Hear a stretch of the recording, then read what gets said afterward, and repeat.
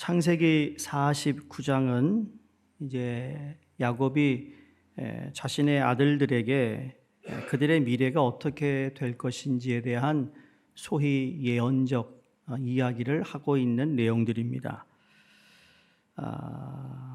성경의 예언적 이야기를 한 것이 창세기 처음 이 야곱의 이야기, 자녀들을 위한 이들이 결국은 12지파의 대표가 되는 것이죠. 그래서 이 야곱의 축복의 의미가 있는 이 지점은 그 축복의 말씀이 아들들의 삶의 현장과 무관한 상태의 진공 상태에서 나오는 축복이 아니라 아들들이 지금까지 아버지 앞에서 보여준 그들의 성품과 삶에 기반한 축복이라는 점을 기억해야 됩니다. 우리는 하나님께 축복을 이미 받았고 앞으로도 계속 복을 받을 사람들인데 여러분, 그 복을 받을 만한 기점이 분명히 있다라는 거예요. 그냥 교회 간다고 복 받는 거 아니라는 거죠. 이미 예수를 믿은 것 자체는 복입니다만 그 다음에 이어지는 그 형통의 삶이라는 건 그냥 교회 다닌다고 주어지는 게 아니고요. 몇 번 기도했다고 주어지는 것이 아니에요. 내가 하나님 앞에서 어떠한 삶으로 어떤 태도로 살았느냐에 달려 있어요. 어떻게 보면 여러분이 과거 10년, 20년을 하나님 앞에서 어떻게 살았다라는 것 때문에 오늘 여러분이 받고 있는 은총이 있다라는 거 아세요? 그럼 앞으로 5년, 10년에 하나님 내게 주실 것에 대한 것도 바로 내가 오늘 어떻게 하나님 앞에서 사느냐에 달려 있어요. 물론 은혜라는 건 하나님 우리에게 거저주시는 선물입니다만 그러나 그 외에는 다 컨디션이라는 거예요. 조건이에요. 또 그걸 주실 때는 그만한 이유가 있다라는 거죠. 또 그것에 대한 목적이 있어요. 오늘 우리가 2부 예배 때 선교 축제 연합 예배 드리는데 저는 너무 익사이합니다. 몸이 좀 피곤한데도 막 빨리 예배 드리고 싶어. 2부 예배 빨리 보고 싶어. 영상 빨리 스타일 먹고 정말 우리 단기 선교팀이며 그 외에 또 우리 가서 공사하신 팀이며 기다려진다고요. 나는 기다려진다고. 우리 부목사님들이 얼마나 고생하는지 몰라요. 미디어 슬라이드 만들고 아니 팬데믹 때 잘하는 건 지금 그거 거의 뭐 아마추어 수준을 넘어서요. 영상 만드는데 어떻게 잘 만드는지. 그러다 목회하는 거 글로 나갈까 봐 내가 지금 사이드 마니를 벌 수 있겠더라고요. 그런 실력이면. 기다려져. 여러분 2부 예배, 선교 헌신 예배 만약에 참 시간이 되어도 들어오지 못한다면 정말 shame on you. 어찌 그거에 대해서 그냥 나 몰라 할 수 있을까? 한 공동체에서 하나님이 하신 일들을 우리가 함께 보고 찬양하고 영광 돌리는 이 시간은요, 돈으로 바꿀 수 없는 거예요. 너무너무 귀한 시간이 이게예요. 어찌되었든 지금 우리가 지금까지 하나님 앞에서 어떻게 살아오고 어떤 성품의 모습을 보여준 거에 따라 지금 야곱이 그 12아들들에게 축복하고 그들의 삶에 대한 예언을 하는 내용이 49장에 기록되어 있습니다. 다시 말해 하나님은 야곱을 통해 야곱의 후손들까지 그렇죠? 그들이 지금까지 살아온 삶에 기반하여 축복하게 하시고 그 삶에 부합하도록 그들을 인도하십니다. 최고의 경영자 예수라는 책을 쓴 로리 베스 존스라는 사람이 그 책에 이러한 글을 한 줄 남겨요. 억만금의 재산보다 한 줄의 예언을 물려주라. 그 내용을 보면 자녀에게 부모의 말 한마디 한마디는 그 자체가 미래에 대한 예언이 된다는 겁니다. 가장 큰 예로 존 F. 케네디 그의 아버지 예언에 따라 미국의 대통령이 될 수 있었다라고 이야기합니다. 그러면서 저자가 강조하기를 자녀에게 값비싼 물건이나 재산을 남기려 하지 말고 마음껏 마음에 깊이 평생 지워지지 않을 빛나는 예언을 남기라라는 조언을 합니다. 그러고 보면 여러분과 저는 부모로부터 무슨 말을 듣고 자랐는가 한번 물어봐야 됩니다. 저 제 전에 물었어요. 난 부모에게 무슨 말을 듣고 자랐을까? 생각보다 그렇게 그런 말을 들은 게 별로 없는 것 같아요. 그러니까 억울하더라고 나는. 아니 우리 부모가 기독교인이고 그리스도인 아버지가 장로임에도 불구하고 내 미래에 대해서 이렇게 넌 되라 이런 얘기를 못 들었다니까요. 9월달 아버지 생신때 가서 내가 한번 따지려고 그래요. 내가 이런 설교했다고. 이미 뭐 아마 앞으로 들으시겠지만서도 여러분 잘 생각해 보세요. 무슨 말을 들으며 여러분 잘하셨나요? 부모에게? 아유, 넌 누구 닮아 지지리도 이렇게 공부를 못하니 그런 소리 하진 않았겠죠? 무슨 말을 듣느냐가 중요해요. 어쩌면 오늘 우리가 살아가는 하루하루는 이게 나만의 것이 아니에요. 이 후손들의 삶의 수준까지도 결정지을 수 있는 공적인 것이라는 것을 분명히 알아야 됩니다. 나로 끝나면 돼요. 그 상관할 거 없어요. 근데 이게 계속 이어지고 그 흐름이 내려간다는 거예요. 오늘 본문은 야곱이 사랑하는 아내인 라헬의 아들인 요셉에 대해 지금 다른 아들들에 비해서 훨씬 더 많은 축복을 하고 있는 내용입니다. 자, 다른 지파들은 기껏해야 한 절이나 두 절에 불과한 그 예언과 축복인데 요셉에 관해서는 벌써 5절에 이르는 이 내용을 담고 있어요. 야곱이 이 많은 말들을 하기 위해 머리를 쥐어짜낸 것이 아니라 그의 입에서 터져 나오는 축복의 말이 거침없이 쏟아져 나올 만큼 요셉에 대한 사랑이 남달랐다는 것을 뜻합니다. 남달라요. 10손가락 깨물어 안 아픈 손가락 없다 하면서 다 똑같다 그러죠? 거짓말이에요, 거짓말. 스스로 위로해요, 그게 옛날에. 여러분, 10손가락 중에 한 놈은 정말 내가 마음에 더 두는 놈이 있어요. 그리고 한두 명은 저거 어떻게 되지 저거 하는 놈이 있어요. 하나면 몰라요. 그 하나일 때는 스포일 하는 거예요. 하나니까.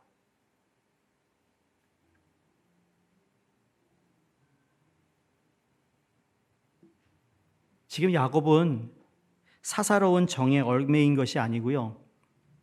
이 지금 축복의 49장의 말씀은 정말 이 말씀의 기원이 하나님이고 주권적 섭리에 의한 것임을 우리가 기억하고 들어야 합니다. 근데 이게 야곱이 이렇게 오늘 애굽까지 오기까지는 참 얼마나 고생의 길이었습니까? 고난의 길이었어요. 야곱의 삶의 마지막이 이제 애굽에서 마치는데 야곱이 이 바로와의 만남을 처음 갔는데 그게 47장 9절에 나옵니다.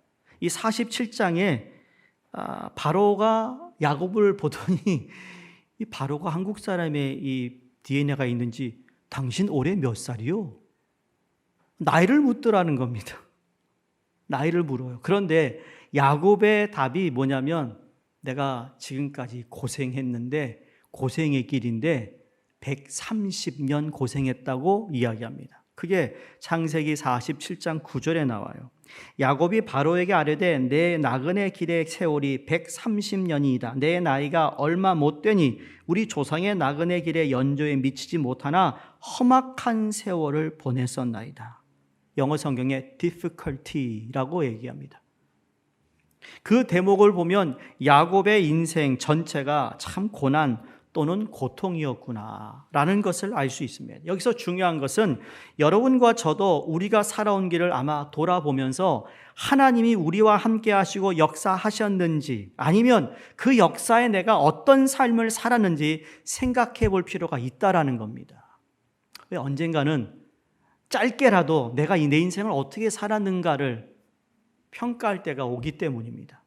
하나님 앞에 서기 전에 내가 어떻게 살았는지를 평가하고 죽어야 하나님께 부끄럽지 않은 삶을 살고 영원한 하나님의 낙원에서 살 수 있는 거 아니겠어요? 그러니까 하나님이 우리와 함께 하시고 역사하셨다. 이게 바로 선교 축제 연합 예배의 가장 중요한 핵심입니다. 하나님이 우리와 함께 하셔서 이 일을 하게 하셨고 역사하셨는데 그 가운데 내가 얼마만큼 하나님이 역사하시는 손길에 내가 내 삶을 드렸는가? 내 시간을 드렸느냐? 여기에 달려있는 거거든요. 그 평가에 의해 아까 서론에 말씀드렸던 그들의 야곱의 아들들의 삶이 어땠으며 성품이 어땠으며 어떤 자세로 살았음에 대한 기점에 따라 바로 축복의 예언이 그들에게 주어졌다라는 겁니다. 현대인 성경으로 다시 한번 제가 봉독해 드릴 테니까 한번 들어보세요. 요셉은 샘 곁에 있는 무성한 가지이다. 그 가지가 담을 넘는구나. 그 원수들이 무섭게 그를 공격하며 활을 쏘고 추적하지만 오히려 그의 활이 견고하고 그의 팔에 힘이 있으니 이스라엘의 반석이시며 목자가 되시는 야곱의 전능하신 하나님의 능력 때문이다. 너를 도우실 분은 내 아버지의 하나님이시다. 전능하신 하나님이 너를 축복하실 것이니 위로 하늘의 복과 아래로 샘물의 복과 많은 자녀와 짐승을 기르는 복이 바로 그것이다. 내 아버지의 축복이 내 선조들의 축복보다 나아서 높은 산처럼 한없이 이 축복이 형제들 가운데 뛰어난 요셉의 머리에 내리기를 원하노라. 아멘. 요셉이 받은 축복 크게 세 가지를 여러분에게 나누는데요. 첫 번째로는 담을 넘는 복이라고 그랬어요. 담을 넘는구나. 22절에. 야, 요셉은 무성한 가지 곧 샘 곁에 무성한 가지라 그 가지가 담을 넘었도다. 여기 담이란 히브리어는 슈루라는 단어인데요. 이 뜻은 둘린 벽입니다. 내 땅이 있으면 거기에 둘려 있는 벽이에요. 쉽게 말해 둘러싸인 환경이에요. 넘지 못할 벽이란 얘기죠. 나를 둘러싸고 있다라는 거, 이 담이. 그래서 예를 들면 이어지는 가난을 의미하기도 하고 재능의 한계를 말하기도 하고 나를 짓누르는 인생의 고난을 의미한다고 볼 수도 있습니다. 사실 요셉에게 일어났던 모든 일은 그로 하여금 뛰어넘을 수 없는 벽이었어요. 형들에게 배신당하죠. 거의 죽음을 당하잖아요. 그러다가 노예로 팔려요. 보디발의 집에 가서 열심히 일해서 총무가 되었는데 그 미시스 보디발 때문에 어떻게 되죠? 감옥에 가요. 그리고 그 감옥이라는 건 오늘 우리가 말하는 철장이 아니에요. 더 던전, 지하 감옥인 거예요. 나올 수가 없어요. 추워요. 얼마나 습하겠어요. 그런데 몇 년 썩어요. 그 높은 벽 앞에서 울고 좌절하고 무너질 수밖에 없는 상황인데 그러나 이러한 벽을 뛰어넘는다는 축복의 선언을 하고 있습니다. 요셉은 정말 그런 삶을 살았어요. 형들의 미움을 받아 노예상에 팔려 이집트 종으로 팔려가요. 안주인의 모함도 받아 평생 나오지 못하는 이집트 감옥에 들어가는 처참한 인생으로 전락하고 맙니다. 그러나 요셉은 둘러싸인 벽을 뛰어넘었어요. 성경이 우리에게 증언합니다. 노예의 삶에서도 형통했고 평생 감옥에서도 형통했다고 말씀합니다. 결국 이집트의 총리가 되어 기근 중에 이집트를 살리고 주변의 많은 나라들을 먹여 살리는 구원의 축복자가 되었습니다. 이게 바로 담을 넘는 거예요. 제가 이 말씀을 오늘 택한 이유는 다른 거 아닙니다. 우리 교회 큰 교회도 아니에요. 대단한 인물이 있는 교회도 아니지만 하나님께서 우리에게 복을 주셔서 담을 넘어 데이턴에 여러분 그 많은 난민들 가정에 예수 그리스도의 복음을 전하는 일을 시작한 건데 이것이 여러분 오늘에 와서 올해까지 제가 이거 좀 보내달라고 그랬어요. 뭐라 그런지 아세요? 이번 단기 여름에 몇 명의 단기 선교 인원이 왔다 간 줄 아세요? 312명. 교회가 18교회가 왔다 갔어요. 300명이 넘는 사람들이 올해 데이턴에 와서 그들을 섬기겠다고 왔다고요. 저희가 일주일에 몇백 명 보내는 그 작은 일에서 지금은 우리가 헤아릴 수 없는 하나님의 역사가 벌어지고 있는 거예요. 9월부터 애프터스쿨 프로그램이 다시 시작돼요. 킹스킷이 시작돼요. 뉴저지에서 은퇴하신 장로님 권사님 4분이 그분이 자기 자비금으로 거기서 1년째 사세요. 난민 가족들 돌보고 권사님이 간호사인데 그 일들을 돌보고 병원 보낼 사람 보내주고 다 자기 돈으로. 은퇴해서 그렇게 멋있게 살아야 되지 않겠어요?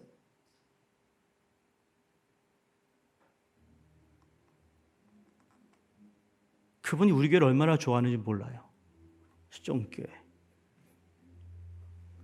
우리 홍보대사가 따로 없어요. 선교지 갔다 오면 2주 전에 플러싱 제일교회 김정호 목사님이 쿠바를 다녀오셔서 보았더니 전재덕 목사님 만나고 오셨더라고요. 그러면서 고생해서 다시 오셨는데 그분이 날 보더니 황 목사님, 전 목사님이 이 목사님은 수종교회를 그렇게 칭찬하더래요. 우리는 몰라요. 우리는 그냥 이게 우리가 당연히 이렇게 해야 된다고 생각하는데 당연한 것도 당연하지 않다라는 그러한 오늘 분위기예요. 그렇게 되잖아요, 여러분? 우리가 무슨 칭찬받기 위해서 한 거 아니었는데 하나님이 우리 담을 넘어가게 하시는 역사를 이루셨다라는 거예요.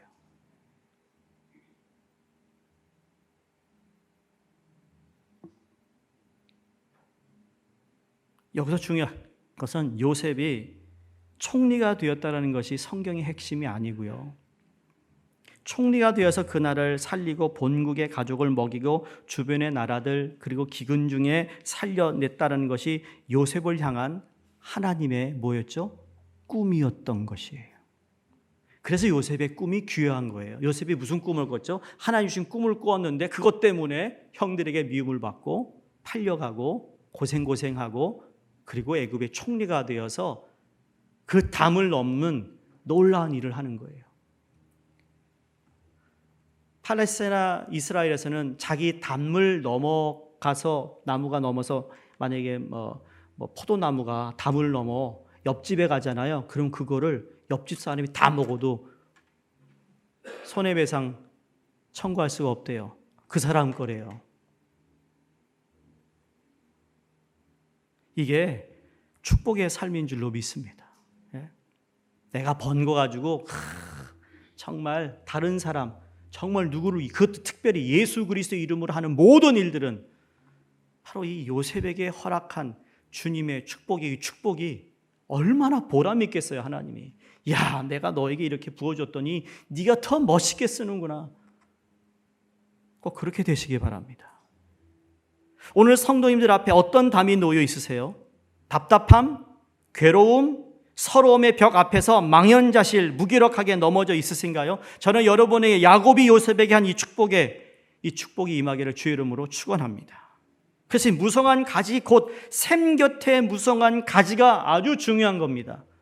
아무리 나무가 좋아도요, 물이 없으면 그 나무는 나무 역할을 못해요. 말라 죽을 수밖에요. 그래서 샘 곁에 무성한 가지다. 마치 시편 1편의 말씀처럼 복 있는 사람은 시냇가에 심은 나무가 철을 따라 열매를 맺으며 그 잎사귀가 마르지 아니함 같으니 그가 하는 모든 일이 다 형통하리로다. 두 번째 축복이 뭐냐면 견고해지는 복을 받았어요. 23절, 24절을 보시면 누구 때문에 견고할 수 있는가를 말씀하시니 그게 바로 전능하신 하나님의 능력 때문이라고 말합니다. 요셉을 향하여 활을 쏘고 요셉을 그렇게 죽이려고 하지만 요셉이 죽지 않아요. 난 이게 너무 좋아요. 이 세상이 우리를 그렇게 힘들게 어렵게 한다 하더라도 여러분 죽지 않아요. 요새는 하도 의료 기술이 좋아서 죽을 것 같아서 병원 갔더니 또 살려놓는다잖아요. 그걸 몇 번 하냐? 그럼 100살까지 간대요. 50대인 분들 120대까지 산대. 40대 130까지 산대요. 끔찍해라.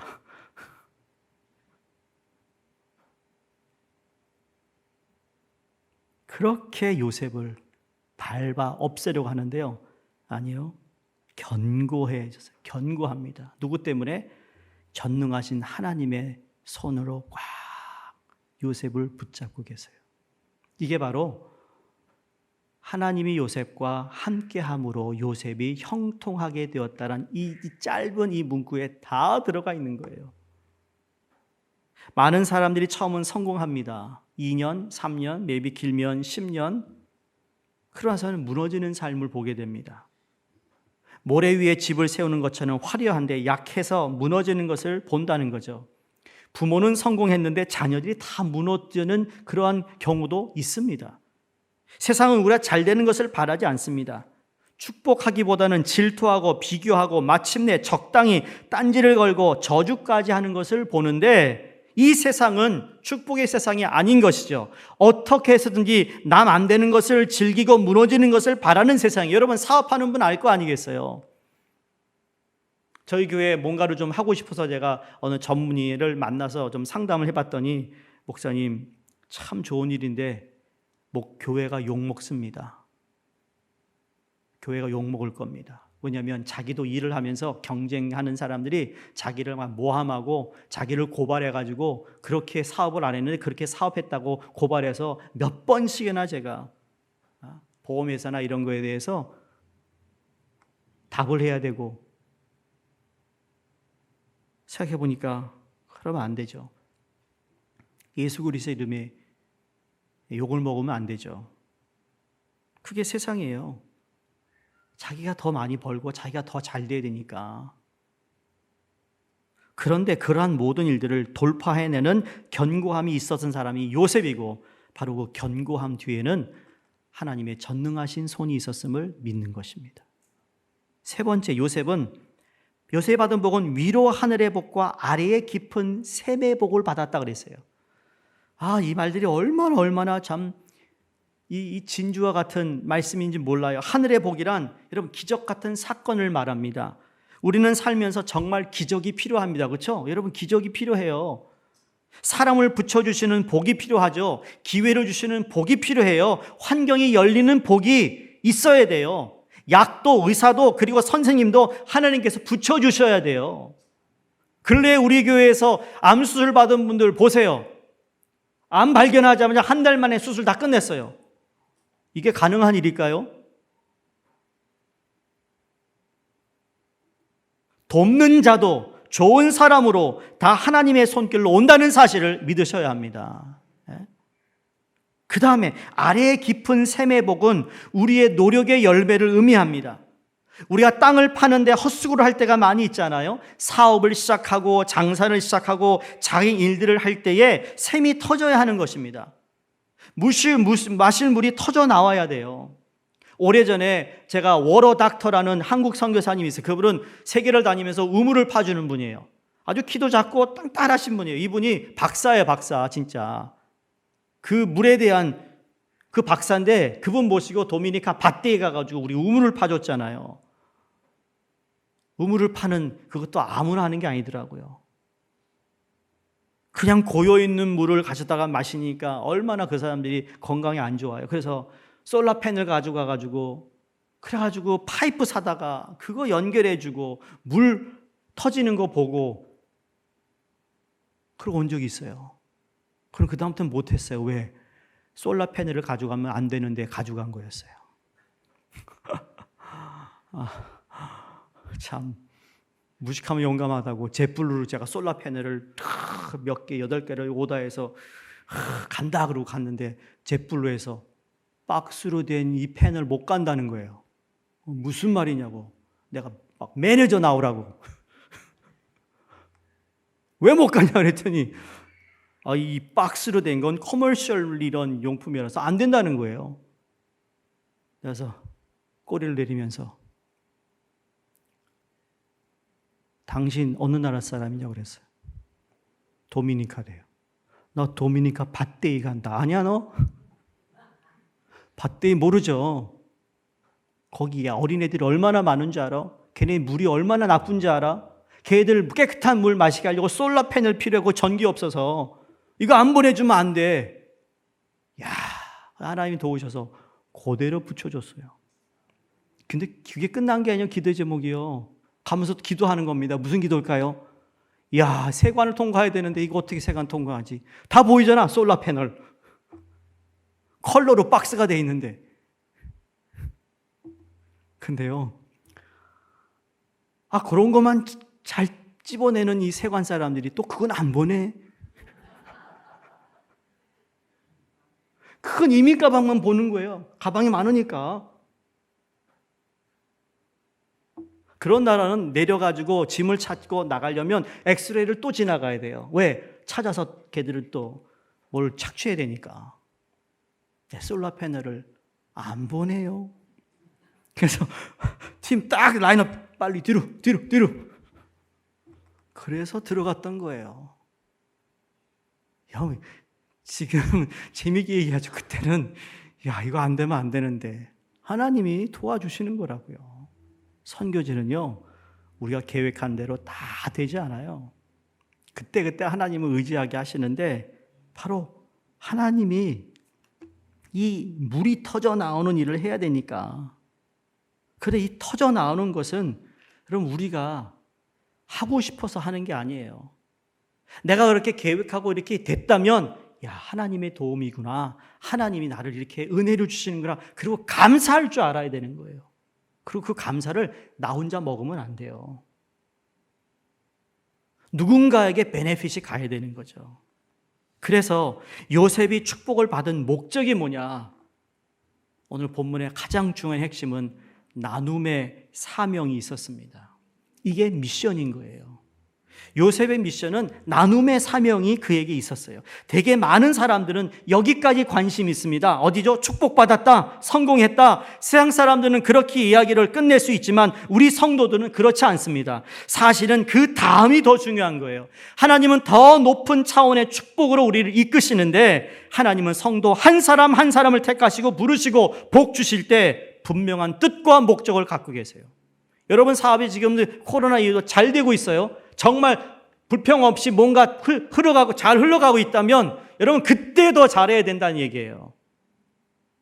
기울 때 잘하는 게 아니라 잘 될 때 잘하는 거예요. 잘 될 때 하나님 잘 믿고 잘 섬기고.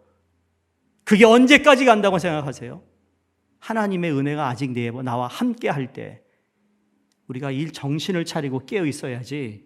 마냥 내가 이거 하던 대로 된다? 그렇지 않습니다.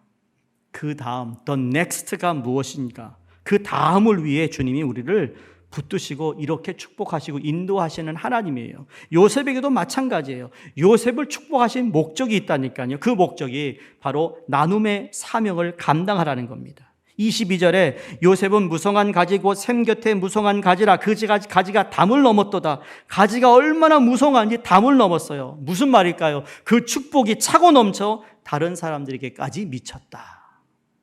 정말 그랬지 않았습니까? 하나님이 요셉과 함께 하심으로 요셉이 축복을 받는데 그에게 국한된 것이 아니었어요. 사방에 퍼져나갔어요. 가는 곳마다 복이 임했어요. 보디발의 집에 복이 임하고 감옥에 복이 임하고 총리가 된 후에도 이집트에 복이 임하고 온 가족을 애굽으로 이민 초청하는, 그래서 7년 기근을 잘 대비해서 여러 나라와 애굽을 구하는 사람이 되었어요. 이런 목적은 비단 요셉에게만 해당되는 것이 아닙니다. 믿음의 조상 아브라함 때부터 그리고 우리에게까지, 성도에 이르기까지 주 주신 부여된 목적입니다. 창세기 12장 2절에 하나님이 아브라함을 부르신 목적이 명시되어 있죠. 내가 너로 큰 민족을 이루고 내게 복을 주어 내 이름을 창대하게 하리니 너는 복이 될지라. 그에게 주시는 복이 흐르고 넘쳐 아브라함이 다른 사람에게 복이 되라는 겁니다. 다시 말하면 축복의 통로가 되라. 근데 아브라함에게 준 것이 아니라, 요셉에게 준 것이 아니라 예수 그리스도를 믿고 하나님이 나의 아버지가 된 모든 성도들에게도 동일한 축복의 통로가 되라고 말씀하신 거예요. 여러분 도전합니다. 여러분이 남보다 가진 것이 많다면 정말 남 모르게 하나님을 위해서 쓰시길 바랍니다. 주어진 것에 하나님이 꼭 묻습니다. 내가 너에게 이렇게 했는데 넌 날 위해 뭘 했냐 물으실 거라고요. 이거 그냥 쉽게 생각하지 마세요. 가볍게 여기지 마세요. 꼭 내가 어떻게 살았는지 그것을 저울질하는 날이 꼭 온다는 사실을 잊으시면 안 됩니다. 내가 다른 사람은 시간이 많은데 그냥 빙둥빙둥 백수로 사는 거 하나님은 원하지 않습니다. 그 시간을 내가 어떻게 그러면 주의 나라와 그 일을 위해 살 것인가 중요한 거예요. 예수님이 참 비유의 말씀 가운데 마태복음 13장에 또 비유를 들어 천국은 마치 사람이 자기 밭에 갖다 심은 겨자씨 하나를 같으니, 얼마나 겨자씨가 작아요. 그런데 이는 씨보다 작은 것이로되 자란 후에는 풀보다 커서 나무가 되매 공중의 새들이 와서 그 가지에 깃들으니라. 이게 바로 천국의 원리거든요. 겨자씨 같은 복음이지만 우리가 그 안에서 하나님을 만나 변화되고 축복받으면 나중에는 큰 나무가 되는 것, 새들이 깃든다는 것, 사람들이 와서 쉰다는 것, 바로 그거예요. 그게 축복받은 사람이 나눠주는 것이에요. 그런데 중요한 것은 복을 나누는 삶이 우리에게 주어진 축복을 고갈시키는 것이 절대 아니라는 겁니다. 내가 계속 주면 어떡해요? 나만 손해 아니요. 주는 사람에겐 하나님께서 절대로 준 것 이상의 것을 채워주시는 하나님을 우리는 믿어야 하고 경험해야 됩니다. 오히려 더욱 축복을 우리에게 확대시켜 주시는 것을 믿어야 됩니다. 누가복음 6장 38절에 주라 그랬어요. Give, it will come back to you 그랬어요. 그것을 주라 그러면 너에게 줄 것이요 후히 두어 누르고 흔들어 넘치도록 하여 너희에게 안겨주리라. 너희가 헤아리는 그 헤아림으로 너희도 헤아림을 도로 받을 것입니다. 너희가 그만큼 베푼 만큼 내가 너에게 더 채워주신다는 하나님의 공식을 잊지 마시기 바랍니다. 그래서 여러분이 누구에게 밥 사줄 수 있으면 매세요 사요. 2번 샀으니까 다음은 사겠지. 이러지 말고 무슨 그걸 계산하고 먹어요? 여러분 그 계산하고 사람 만나요? 얼마나 계산적이에요. 또 사면 어때? 내가 여유가 있어 더 산다면 100번 만나면 100번 사세요 여러분. 그래 하나님이 1000번 주시지. 우리 하나님 멋진 하나님이에요. 여러분처럼 쫀쫀하지 않아요. 왜 이렇게 쫀쫀해? 좀 대범해보래요. 대범해보라고요. 복음이 그런 거예요. 복음이. 삶을 바꾸는 건데 나를 바꿨는데 그렇다고 해서 제가 여러분에게 노후 준비하죠. 그런 얘기 아니잖아요. 줄 수 있을 때 주는 거예요. 하나님 주신 축복, 그게 신앙이든 물질이든 시간이든 건강이든 재능이든 직업이든 지위든 권세든 명예든 등등 하나님의 사랑으로 이수에게 나눠주면 나 자신에게 더 넘치는 역사가 나타난다는 겁니다. 여러분 옛날에 집에 마당에 뭐 있었죠? 수도가 없을 때 펌프에서 지하수 끌어올리는 거 있잖아요. 아침 일어나면 근데 거기에 가장 중요한 한 가지가 없으면 안 돼요. 뭐죠? 마장물 한 바가지. 마중물 죄송합니다. 마중물. 그 아까운 물을 왜 붓습니까? 몇 배, 몇십 배, 몇 백백 배 물이 콸콸 쏟아져 나온 것을 믿기 때문이에요. 보잘것없는 적은 물이지만 깊은 샘물을 마중하여 세상과 소통하게 하는 위대한 힘을 가지고 있다라는 것이죠. 여러분 이제는 레전드가 되었지만 미국의 프로 농구 선수인 마이클 조던을 다 아실 겁니다. 농구의 황제로 명성을 날린 사람이죠. 그가 시카고 불스 팀에 소속되어 있을 때 시카고 경제를 쥐락펴락했다는 말이 있을 정도로 대단한 인물이었어요. 근데 그에게 이런 유명한 일화가 있습니다.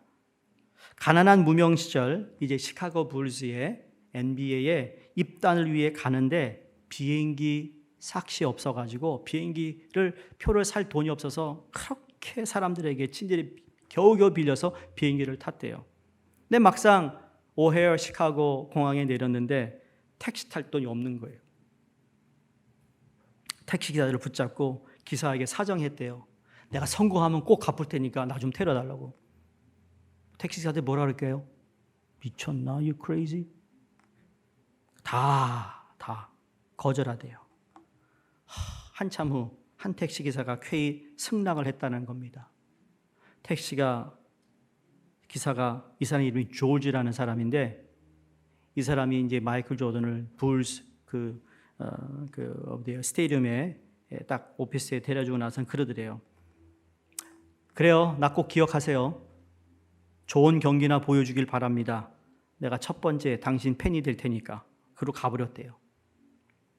그리고는 마이클 조던이 승승장구했고 방송에 나갈 정도로 많은 인터뷰를 하고 성공을 했는데 그때 인터뷰에서 그때 나를 태워준 기사를 찾습니다. 라는 방송이 나간 거예요. 극적으로 두 사람이 만납니다. 덩달아 이 조지라는 택시기사가 유명 인사가 되고 마이클 조던이 앞으로 You are my driver. 그 평생 마이클 조던 운전사로 살았다는 이야기예요. 그러면서 마이클 조던이 이런 참 멋있는 말을 했어요. 사람들은 제가 시카고 경제를 움직인다고 말합니다. 그런데 저를 움직인 한 사람이 있습니다. 그 사람이 바로 저 택시기사입니다. 이러한 것을 바로 축복의 확대 재생산이라고 말합니다.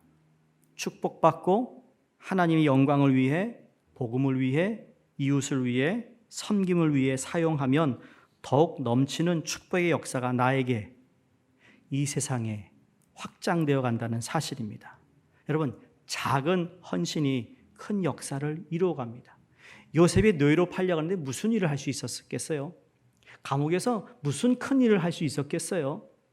오히려 저 감옥 밖에서 장수가 되고 뭐 정치를 잘하고 뭐 돈을 많이 버는 사람들이 큰 역사를 이룰 것 같지만 아니요. 요셉이 그 사람보다 훨씬 더 큰 역사를 이루는 사람으로 하나님이 그를 축복하셨어요. 여러분, 과연 고귀한 인생이 어떤 것일까요? 세상 사람들이 말합니다. 여러분, 노블레스 오블리주라는 불란서 말 아시죠? 무슨 말이죠? 그걸 그대로 번역하면 귀족은 의무를 진다. 다시 말해 책임이 있다. 귀족 너희들은 책임이 있는 거야 라는 얘기예요. 고귀함에는 의무가 수반된다는 뜻이죠. 그런데 하나님이 많은 것을 주셨는데 자기만을 위해 천박하게 흥청망청 사용한다면 노블레스 오블리주의 반대말이 뭔지 아세요? 노블레스 멜레디입니다. 귀족의 신분에 어울리는 헌신과 기여가 없는 이기적인 귀족들을 지칭하는 용어예요. 다시 말해 노블레스 멜레디 명칭을 얻게 된 사람은 큰 불명이요 수치가 아닐 수가 없다라는 거죠. 멜로디는 병폐라는 뜻입니다. 사랑하는 성도님들, 우리는 이미 예수 그리스도를 통하여 하나님께 주신 은혜와 복이 너무나도 큽니다. 우리는 언제든지 예수 그리스도 하나님 때문에 여러분 우리의 담장을 넘어갈 수 있는 그러한 은혜와 하나님께서 기회를 우리에게 다 준비해 놓으셨어요. 근데 누구는 넘고 누구는 넘지 못해요. 누구는 담장까지 잘하지도 못하는 믿음들이 있어요. 바라기는 오늘 야곱이 요셉에게 했던 이 축복의 말씀이 우리에게 하시는 말씀으로 여러분이 받아들이고 믿으시고 그 말씀대로 살아가기를 주의 이름으로 축원합니다. 이번 선교 축제 예배를 통해 담을 넘게 하신 하나님을 찬양하기를 원하고 그것을 우리가 보면서 또 하나님이 계속 이 일을 하실 일들을 기대하며 꿈을 꾸는 우리 모든 성도들이 될 때 그리스도인은 모두 하나님의 은혜 받은 자, 그러므로 은혜를 입은 자들로 새 신분에 합당한 헌신과 책임 수행이 반드시 따라야 한다는 것을 기억하면서 모든 영광을 주님께 돌리는 우리 교회가 되기를 주의 이름으로 축원드립니다. 기도하겠습니다.